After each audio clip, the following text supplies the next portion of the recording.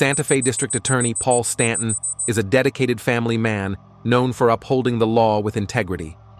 Currently immersed in a high-profile case involving a sex offender, he strives to maintain his focus despite facing personal challenges. Paul, along with his wife Diane, has a daughter named Chloe who is battling a rare degenerative illness. Chloe is in urgent need of a double lung transplant, but she faces a long line of patients ahead of her on the donor list. During the night, as they lay asleep, they discover their daughter struggling to breathe. Hastily, they jump out of bed, unclothed, to administer medication to help her. The following day, upon hearing that Chloe's condition has deteriorated, Dr. Rubin informs them that saving Chloe's life is beyond their capabilities. However, she discreetly mentions that if they have the means, there is an alternative option to locate a lung donor. Dr. Rubin also reveals in confidence that Governor James Harrison, with a life expectancy of only 2 years, managed to receive a transplant. As they exit the doctor's office, Diane urges Paul to ask Governor Harrison about his transplant, but Paul dismisses the idea. Diane and Paul left their daughter's home at night to attend James Harrison's fundraising party. At the event, Paul met James's doctor, Henry White. The following day, Paul couldn't keep the secret about James' heart transplant.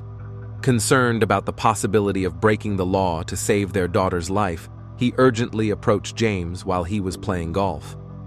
Paul inquired about how James obtained the donor, but James feigned ignorance. Paul opened James's t-shirt to reveal a scar on his heart. James then shared the truth about his heart donor, as well as information about a mysterious Dr. Navarro who conducted transplants in Tijuana, Mexico.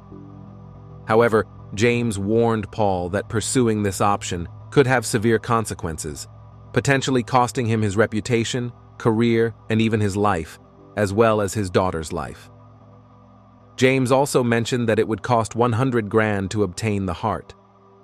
Upon arriving home, Paul quickly informs his wife that he will be leaving for Tijuana, Mexico, to find a lung donor for their daughter. He packs his belongings, gathers $100,000 in cash, and departs. In Mexico, he rents a place and discreetly hides his money in the toilet before setting out to locate the mystery Dr. Navarro. Paul visits every hospital in the vicinity, leaving his contact information in case anyone has information on the doctor. Eventually, he receives a call from an unknown individual who provides him with a meeting location for Dr. Navarro.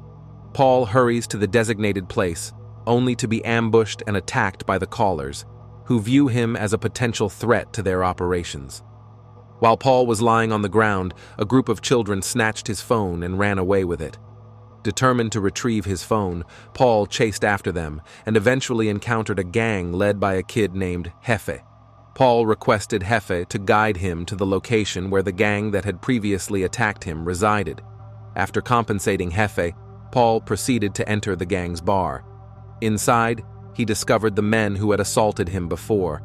They instructed him to wait in a room equipped with a concealed camera. Meanwhile, a woman attempted to seduce Paul, but to his surprise, the men entered the room and questioned if he enjoyed being seduced by a man disguised as a woman. Paul witnessed the gang brutally assaulting him once again, all while the camera recorded the entire incident. Chloe was hospitalized. Diane attempted to contact her husband Paul, but couldn't reach him. Meanwhile, Paul was in a car, spotted Miguel, the man who had previously deceived him.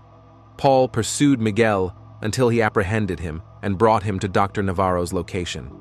Miguel pleaded for forgiveness, claiming he was simply following orders. Upon meeting Dr. Navarro, Paul was surprised to learn that he is actually Sergeant Xavier Aguilar, a respected officer. Paul discussed his daughter's life expectancy with Dr. Navarro, expressing his urgent need for a donor. Dr. Navarro instructed Paul to wait while he made arrangements. Dr. Navarro gets back and tells him the cost will be $200,000. Paul agreed to the terms and proceeded with the payment.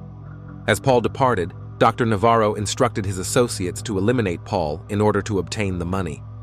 However, as Paul arrived at the designated location to deliver the money, law enforcement officers arrived and conducted a raid. Despite the chaos, Paul and Miguel managed to escape, although Miguel was injured with a shot. Paul rushed Miguel to the hospital and contacted his wife Diane, who delivered the devastating news that their daughter Chloe only had a week left to live. In the meantime, he catches a glimpse of a photograph of Governor James Harrison's physician, Dr. Henry White, in a Mexican hospital. In a hurry, he calls his friend Jefe to take him to Dr. Martinez's residence. Upon entering, Dr. Martinez questions how he gained access. Paul explains to him about Dr. White, James's doctor, and also the heart donor for James. Dr. Martinez calms down and explains to him how they acquire donors, stating that people die every day due to accidents, drugs, crime, and other causes. Paul expresses his disappointment, as he had expected to purchase a donor from Mexico's top list. Dr. Martinez responds, advising him not to negotiate when it comes to his daughter's life.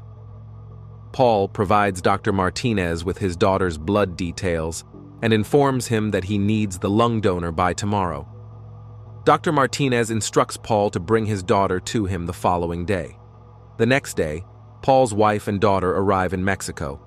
Paul is filled with joy and gives some coins to the children. However, while doing so, a biker, who had been instructed by Dr. Navarro, intentionally strikes one of the children with his motorcycle and promptly leaves the scene. At the same time, Dr. Navarro's men arrive with an ambulance and take the injured child away. Paul realizes that the child who was hit is the one whose lung is being removed for his daughter. He rushes to Dr. Navarro's office and forcefully brings him to the location where the boy is being operated on. Finally, Paul sees Dr. Martinez performing the surgery on the child and removing the lung. Dr. Martinez informs Paul that this is their standard procedure and gives him the option. If you are worried about your daughter, we can proceed with the operation. However, if you feel remorseful, you can cover the operation costs to make things right for the boy. Paul decides to cover the boy's expenses, leading to the loss of his daughter. After the funeral, a video of the boy playing is shown, and the movie comes to an end.